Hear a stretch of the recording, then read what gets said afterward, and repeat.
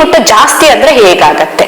ಈಗ ನಮ್ಮಲ್ಲಿ ಚಿಕ್ಕ ಮಕ್ಕಳಿಂದ ಹಿಡಿದು ವಯಸ್ಸಿಗೆ ಬಂದಂತಹ ಹೆಣ್ಣು ಮಕ್ಕಳು 18ರಿಂದ 25 ವರ್ಷದವರೆಗೆ, ಅಥವಾ 25ರಿಂದ 40-45 ವರ್ಷದವರೆಗೆ, ಮತ್ತೆ ಅದಾದ ನಂತರ ಅಂದ್ರೆ ಮುಟ್ಟು ಹೋದ ನಂತರ 50ರ ಮೇಲೆ ಆಗುವಂತಹ ಬಿಳಿ ಮುಟ್ಟು.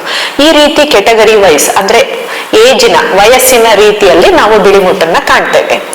ಮೊದಲನೇದಾಗಿ ಚಿಕ್ಕ ಮಗು ಹುಟ್ಟಿದಾಗ, ಹೆಣ್ಮಕ್ಳು ಹುಟ್ಟಿದಾಗ ಕೆಲವೊಮ್ಮೆ ಯೋನಿ ಭಾಗದಿಂದ ಬಿಳಿಯಾಗಿ ಒಂದು ಲೋಳೆ ತರ ಬರುತ್ತೆ. ಅದನ್ನ ನೋಡಿ ಗಾಬರಿಯಾಗಿ ಪೇರೆಂಟ್ಸ್ ತುಂಬಾ ಹೆದರ್ಕೋತಾರೆ, ತಾಯಿ ನೋಡಿ ಅಯ್ಯೋ ಏನೋ ಆಗೋಗಿದೆ ಮಗುಗೆ ಅಂತ. ಅದು ನಾರ್ಮಲ್. ತಾಯಿಯ ಹಾರ್ಮೋನ್ ಲೆವೆಲ್ಸ್ ಮಗುವಿನಲ್ಲಿ ಕಾಣಿಸಿಕೊಂಡಿರೋದ್ರಿಂದ ಸ್ವಲ್ಪ ಮಟ್ಟಿಗೆ ಬಿಳಿ ಬಟ್ಟೆ ತರ, ಲೋಳೆ ತರ ಕೆಲವೊಬ್ಬರಿಗೆ 1 ವಾರದವರೆಗೆ ಬರುತ್ತದೆ. ಈ ಬಿಳಿ ಮುಟ್ಟಿನ ಜೊತೆಯಲ್ಲಿ ಕೆಂಪು ಬಟ್ಟೆ ಕೂಡ ಕಾಣಿಸಿಕೊಳ್ಳುತ್ತದೆ ಹೆಣ್ಣು ಮಕ್ಕಳಲ್ಲಿ. ಅದು ನಾರ್ಮಲ್, ಅದರ ಬಗ್ಗೆ ತಲೆಗೆಡಿಸಿಕೊಳ್ಳುವ ಅವಶ್ಯಕತೆ ಇಲ್ಲ. ತಾಯಿಯ ಹಾರ್ಮೋನ್ಸ್ ಏನಿದೆ ಅದು ಮಗುವಿನ ಯೋನಿ ಭಾಗದಲ್ಲಿ ಬಂದಂತಹ ಹಾರ್ಮೋನ್ ಲೆವೆಲ್ಸ್ ಆ ಬಿಳಿ ಮುಟ್ಟಿಗೆ ಕಾರಣ ಆಗಿರುತ್ತೆ. ಇದನ್ನ ನಾವು ನಾರ್ಮಲ್ ಅಂತಾನೆ ಹೇಳ್ತೀವಿ. ನೆಕ್ಸ್ಟ್, ಎರಡನೆಯದಾಗಿ ಈಗ ಪ್ರೀ ಪ್ಯೂಬರ್ಟಲ್ ಅಥವಾ ಮಕ್ಕಳು ಋತುಮತಿ ಆಗುವ ಮೊದಲು ಬರುವಂತಹ ಬಿಳಿ ಬಟ್ಟೆ.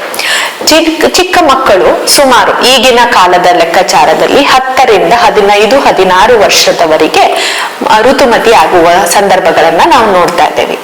ಈ ಸಂದರ್ಭದಲ್ಲಿ ಹೆಣ್ಣು ಮಕ್ಕಳಲ್ಲಿ ಆಗುವ ಹಾರ್ಮೋನ್ ವ್ಯತ್ಯಾಸದಿಂದ ಬಿಳಿ ಬಟ್ಟೆ ಸ್ವಲ್ಪ ಮಟ್ಟಿಗೆ ಶುರುವಾಗುತ್ತದೆ.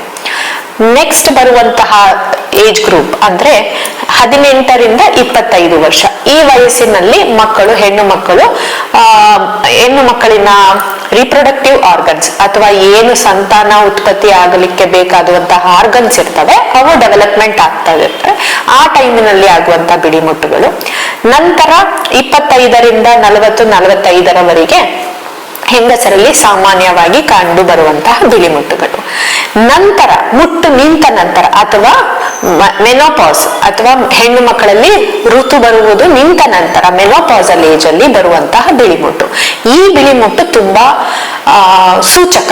ಯಾವುದರ ಸೂಚಕ? ಏನೋ ಒಂದು ತೊಂದರೆ ಇದೆ ಅಂದ್ರೆ ಮುಟ್ಟು ನಿಂತ ನಂತರ ಅಥವಾ ಮೆನೋಪಾಸ್ ಆದ ನಂತರ ಬರುವಂತಹ ಬಿಳಿ ಮುಟ್ಟು ಸ್ವಲ್ಪ ತೊಂದರೆ ಇರಬಹುದು ಎನ್ನುವುದನ್ನ ನಮ್ಮ ಗಮನಕ್ಕೆ ತರುತ್ತದೆ. ಈ ರೀತಿ ಏಜ್ ವೈಸ್ ನಾವು ಬಿಳಿ ಮುಟ್ಟನ್ನ ಕ್ಲಾಸಿಫೈ ಅಥವಾ ಡಿವೈಡ್ ಮಾಡ್ಕೊಳ್ತೀವಿ.